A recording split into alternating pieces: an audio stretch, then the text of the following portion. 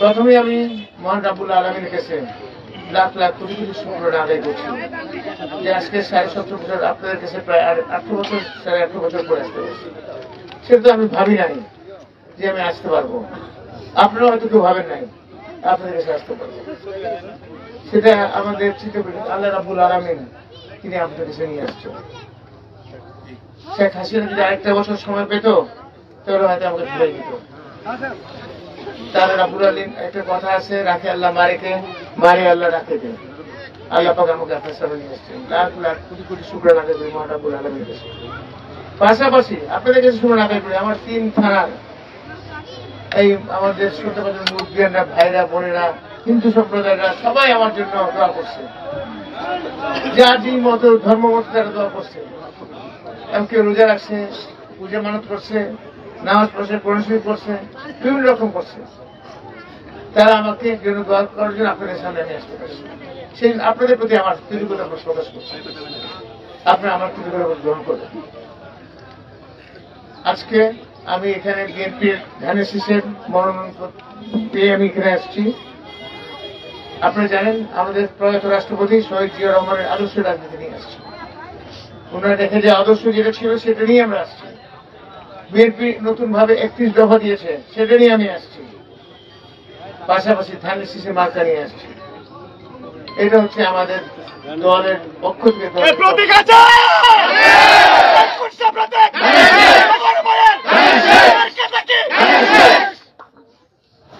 কিন্তু আমার রাজনীতি ভিন্ন।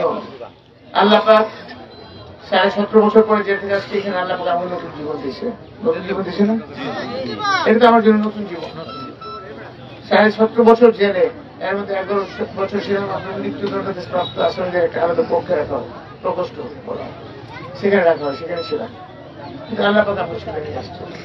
আমার রাজনীতি হলো এখানকার উন্নয়নের রাজনীতি, এলাকার উন্নয়নের রাজনীতি আমার রাজনীতি।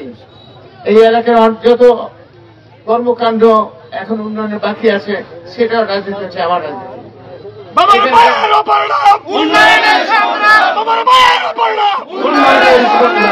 পাশাপাশি আমাদের 3 থানায় আমি দেখেছি, জানি, আমি জেলে থেকে চিন্তা করছি যে আমাদের বেকার যুবক যুবতী অনেক বিভিন্ন ভাবে আছে। প্রতিটা পরিবারে কম বেশি একজন করে বেকার যুবক আছেন বা যুবতী আছেন, তাদের কর্মসংস্থান আমার রাজনীতি। আমি চেষ্টা করবো, আল্লাহ যদি তৌফিক ইনশাআল্লাহ আপনারা দোয়া করবেন। এটা চিন্তা করেছি 3টা পদে, একটা হচ্ছে সরকারি চাকরি, একটা বিদেশে কর্মসংস্থান, একটা হচ্ছে ব্যবসা বাণিজ্য। 3টার জন্য আপনাকে ত্যাগ বা কর্ম করতে হবে। কোনটায় ফ্রি নাই, কোনটায় আপনার মাগনা আসবে না, বলে দিলে হয়ে যাবে না, তার সেই দিন নাই। আপনাকে সেটার জন্য নিজের ছেলে পেলেকে যারা চাকরি করতে চায় তাদেরকে লেখাপড়া করে শিক্ষিত করতে হবে, যোগ্য হিসেবে তৈরি করতে হবে, যাতে তারা এই প্রতিযোগিতামূলক রাষ্ট্রে রিটেন পরীক্ষায় ভাইভাতে প্রতিযোগিতামূলক পাস করতে পারে। তারপর সেটা আমি যা করে করবো, পাস করতে পারবো। এইগুলো প্রথম জিনিস। আচ্ছা, বিদেশে যারা যেতে চান বা যাওয়ার জন্য চিন্তা করেন তাদেরকেও আপনাকে কারিগরি শিক্ষা এখন সাধারণ শ্রমিক আর নেয় না, তাই এখন দক্ষ কারিগরি শ্রমিক চায়। সেই কারিগরি শ্রমিকের জন্য আপনাদেরকে কারিগরি শিক্ষা প্রদান করতে হবে। বিভিন্ন কারিগরি ইনস্টিটিউট আছে, বিভিন্ন জেলায় জেলায় আছে। আমিও মদন ইনশাআল্লাহ আমার একটা পরিকল্পনা আছে, মদনে আমি বানাবো একটা। সেই কারিগরি শিক্ষা আপনার ইতিমধ্যে যদি আপনার ছেলেপেলেরা সন্তানেরা যদি নিয়ে নেয় তাহলে কিন্তু তারা একদম আগায় থাকবে। যখন সুযোগ আসবে তখন তো আমি তাদেরকে ব্যবহার করতে পারবো। সুযোগ আসবে ইনশাআল্লাহ, আমি বুঝি। সুযোগ আসলে এই যে যারা আলু ব্যাপারী করে, ব্যাংক করে, ব্যবসা করে, তাদের কাছে আমি জোর করে কিছু কোটা নিব। তো সেটা সমস্ত তখন যদি আমাদের ছেলেপেলে যদি রেডি না থাকে আমি পারবো কেন? পারাবার চাইলে তো আমি পারবো না। সেই জন্য আপনাদের সন্তানদেরকে সেইভাবে যোগ্য করে তৈরি করে নেন এখন থেকে। ইনশাআল্লাহ তারা সুযোগ আসবে, তখন যাই সেই সুযোগ ব্যবহার করতে পারি। উচিত সময় উচিত সুযোগ আপনার তৈরি থাকতে হবে। আচ্ছা, তারপর হচ্ছে ব্যবসা বাণিজ্য। ব্যবসা বাণিজ্য আল্লাহ বলছেন সীমাহীন। সীমাহীন দেশ পৃথিবীতে 10 ভাগ লোক চাকরি করবে, 90 ভাগ লোক ব্যবসা করবে। এইটাই হচ্ছে আল্লাহ জিকির কথা বলছে। ব্যবসা আপনি যে কোনো ব্যবসা করেন, সেই ব্যবসায় লাভ করতে পারেন, কিন্তু সেই ব্যবসার জন্য আপনাকে শিক্ষা গ্রহণ করতে হবে এবং শ্রম দিতে হবে। কঠিন শ্রম না দিয়ে কোনো কিছু হয় না, ফ্রি কিছু নাই। Nothing is free. আপনাদের কষ্ট করতে হবে, শ্রম দিতে হবে। আপনি গরু চাষ করেন, ছাগল চাষ করেন, মৎস্য খাবারের চাষ করেন, কিন্তু সেটার প্রযুক্তি আছে, পুরো পৃথিবীর প্রযুক্তির দিকে চলে গেছে। আপনি প্রযুক্তি শিক্ষাগুলো নেন, আধুনিক বিজ্ঞান প্রযুক্তি যেটা আসছে, তাহলে মাছ চাষ করেন, সেই মাছ চাষের থেকে মাছ যেটা 1 বছরে বড় হয় সেটা 6 মাসে বড় হয়ে যাবে। যেটা খাদ্য লাগে তার চেয়ে কম খাদ্য লাগবে। ধান চাষে তো ধান চাষ করেন, দেখেন আপনি যে সার দিচ্ছেন, আপনি যদি প্রযুক্তি যদি মাইনা ধান চাষ দেন, সার লাগবে আধা, যা পানি দিচ্ছেন পানি লাগবে আধা, ফলনা ভালো বীজ যদি দেন ফলনও বেড়ে যাবে। তো আমরা পুরো পৃথিবীর প্রযুক্তির দিকে চলে গেছে। আমরা যদি প্রযুক্তির দিকে না যাই তাহলে হবে না। সেটার জন্য কি করতে হবে? পুরো জিনিস ফ্রি না, আপনাকে লেখাপড়া করতে হবে, জানতে হবে, বুঝতে হবে এবং শ্রম দিতে হবে। শ্রম না দিলে কোনো কিছুই পাবেন না। পৃথিবীর কোনো জিনিস ফ্রি না। আমাদের নবী করিম সাল্লাল্লাহু আলাইহি ওয়াসাল্লাম কত শ্রম দিচ্ছেন, কত কি করছেন, উনার আপনার সিরাটা পড়বেন। তো আমি বলবো আপনাদেরকে এই ব্যবসা বাণিজ্যের জন্য আপনাদেরকে তৈরি করেন যারা করতে চান।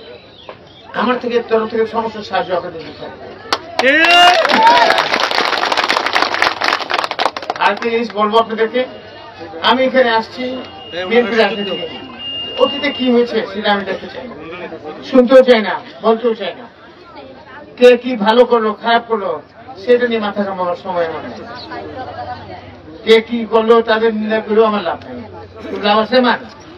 বরঞ্চ আমি উন্নয়নের দিকে যাব, উন্নয়নের রাজনীতি করব, কর্মসংস্থান রাজনীতি করব, স্বাবলম্বী রাজনীতি করব। আমাদের সন্তানদের যদি স্বাবলম্বী হয়, একটা পরিবারে একটা ছেলে যদি স্বাবলম্বী হয়ে যায়, আরো 3 জনকে টানতে পারে, সেটা রাজনীতি করবো। অর্থনৈতিক স্বাবলম্বী রাজনীতি করবো, সেটা হচ্ছে আমাদের রাজনীতি। আমরা বড় নিন্দা করতেও চাই না, বড় কথা বলতে চাই না, আমরা আমাদের পথে হাঁটবো। যারা কি করছে সেটা তারা পাবে, সেটা নিয়ে আমি কোনো কথাই বলবো এবং আপনারাও বলবেন না। এখানে আরেকটা জিনিস আমি জানি, আমার তিনখানে এখন আগে মাদক ছিল না, এখন মাদক আর জুয়া হয়ে গেছে। ইয়ে বাটের মাদক যারা করবে তাদের বিরুদ্ধে আমার অভিযান শুরু হয়ে গেছে। যে 3 থানা যেখানে মাদক পাওয়া যাবে তাকে ধরা হবে। আপনি ধরতে পারবেন না? ধরবেন, বানবেন, কিছু উত্তম মধ্যম দিবেন, তারপর পুলিশকে ধরা দিবেন। যে খায় বা যা বেছে তাকে দুজনকে ধরবেন, তবে বাদ দিবেন না। আর তার জন্য যদি কেউ তদবির করতে চায় তাকেও ধরবো, পুলিশকে তদবিরকারীকেও ধরে পারবো। মাদক একটা মাদকের সেবী যদি একটা পরিবার থাকে, সেই পরিবারে অশান্তি আসে, পরিবার ধ্বংস হয়ে যায়। আমি নিজে দেখছি পরিবার ধ্বংস হয়ে যায়, পরিবার ধ্বংস হয়ে যায়। মাদকের জন্য বউকে মারে, তার বউয়ের কাপড় চোপড় বিক্রি করে দেয়, স্বর্ণ কারণ বিক্রি করে, সব করে। তারপরে আর চুরি ডাকাতি শুরু করে, তারপরে এখানে জুয়া খেলা, জুয়া খেলা কোনোভাবে হইতে পারবে না। এগুলোকে আপনার মুরব্বীরা পারবেন না ধরতে? পারবেন তো না? ভয় পান? যাকে পাবেন ধরবেন, আমি তো আছি আপনাদের সাথে, সব করতে পারবো। আমি তো আপনাদের সাথে আছি, আছি না?